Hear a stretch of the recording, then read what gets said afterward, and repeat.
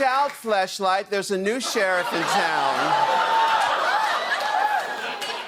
You know, Donald Trump has said so much crazy stuff this week, it's been hard to keep track of it all. What do you get when you cross a drag queen with a political roast? A sassy takedown that'll make you say "Yas Queen" to voting. Rupaul just turned the DNC into the most fabulous episode of Drag Race, and Trump's ego is the biggest loser. What if, though, Rupaul's political makeover was far more extensive? Think of Trump's remarks as if they were delivered by a fish. Whatever this is, Rupaul is about to offer you something even sexier than the Orange Man spray tan, and it sounds fishy. Introducing the Trumpy Trout, the newest creation of Rupaul that is sure to stir up some political controversy in the aquarium. You will reevaluate your assumptions about presidential speeches after watching this fantastic fish, which is more than just another gorgeous face with fins. Envision this: a garish golden aquarium ascends the stage, containing a trout with an eerie orange hue and a small blonde toupee that begins to exhibit behavior commendable. You heard it right. The Trumpy Trout is at it again, spouting out alternate facts at the speed of light.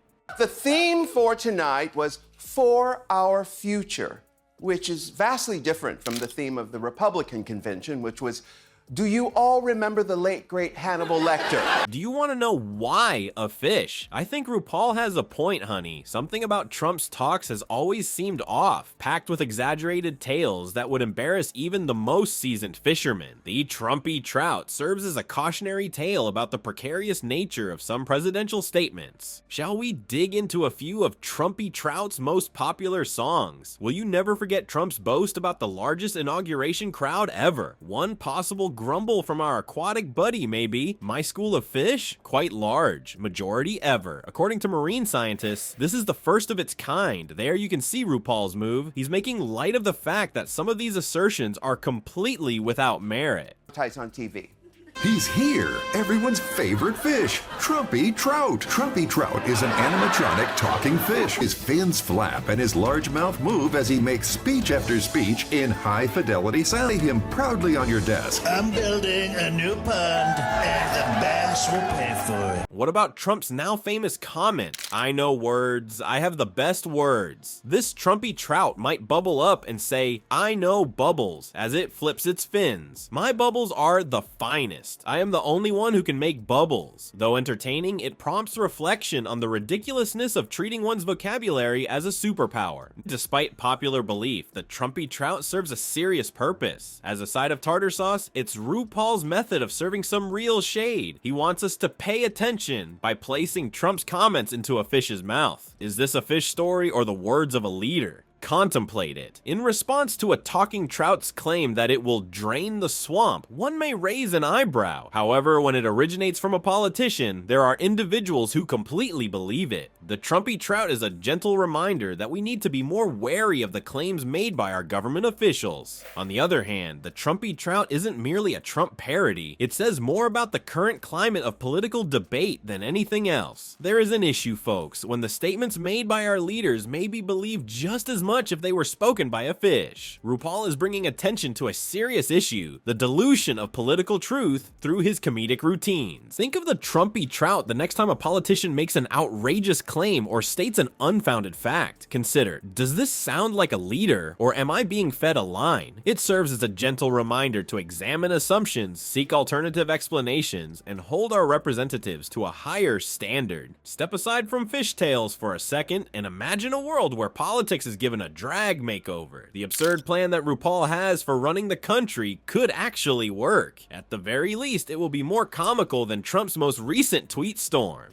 Envision a universe where Rupaul rules the show. What should we do first? Raising the bar for the upper court. So says Mama Ru, the only supreme who can tell me what to do is Diana Ross. I love it when you use checks and balances like that, my darling. However, Rupaul isn't only into destroying stuff. You'll be exclaiming, "You better work," after hearing about his job development initiative. I am being quite serious right now. White-collar and blue-collar jobs alike will be created under Rupaul's plans. Perhaps there will some sequin-collar jobs thrown in as well. Now we can discuss the moniker of states. Dakotas, North and South, without interest. Rupaul has given them new names, Mary-Kate and Ashley. The Carolinas, North and South, introducing macaroni and cheese. Trump's cuff-F strategy seems to be his inspiration here, but he's adding a lot more flair. And on the world stage, it's time drag is officially recognized as an Olympic sport. Every country will participate except Australia. Y'all know what you did. But hold on a second. For RuPaul, drag should be an Olympic sport. Apologies, but Australia is not invited. Y'all know what you did, Ru replies emphatically. Whatever Australia did, I am completely engrossed in this story. Let us now examine how this compares to Trump's strategy. As Trump was occupied with wall building, RuPaul was proposing that we fill the country's drinking fountains with chocolate milk. It's a lovely illustration of how politics need not be unpleasant all the time. When it comes to the national anthem, RuPaul has some thoughts as well. He thinks the splits are the perfect way to end a performance of the song during a sporting event. Would Trump ever attempt something like that? What a crisis for our country. And however, there are unpleasant aspects as well. Real issues are also being obscured by RuPaul. While he supports decriminalizing marijuana, he wants to make it illegal to fly barefoot. Both the absurdity and the "why didn't I think of that" factor are present in this policy suggestion. Representation must also be considered. Even when he's making jokes about chocolate milk fountains, RuPaul knows it's important. It serves as a timely reminder that having a diverse political spectrum is about more than simply checking boxes. It's also about valuing and considering alternative points of view. Chocolate milk fountains are just the beginning for RuPaul. His political vision is a delightful blend of glitz and shadow, and it's really delightful. If the cabinet was more like Drag Race than The Apprentice, how would America appear? Spoiler alert, not just more competent, but also far more entertaining. Pretend for a second that serving beauty is more important to the Secretary of State than complying with subpoenas. In this scenario, drone strikes are not part of the Secretary of Defense's plan. Rather, death drops are. Here at RuPaul's Drag Race cabinet, we're giving politics a much-needed facelift while Trump's squad appears as dated as last season's waistline. There's more to RuPaul's plan to have Drag Race participants fill out cabinet positions than simply livening up those dull White House briefings. In response to Trump's nominations that lack diversity, this is a fantastic slap in the face. If RuPaul had her way, her cabinet would be a coalition of ferocious queens dressed in rainbows, prepared to kill policy, in contrast to Trump's monochromatic cabinet. We can simplify it, won't we?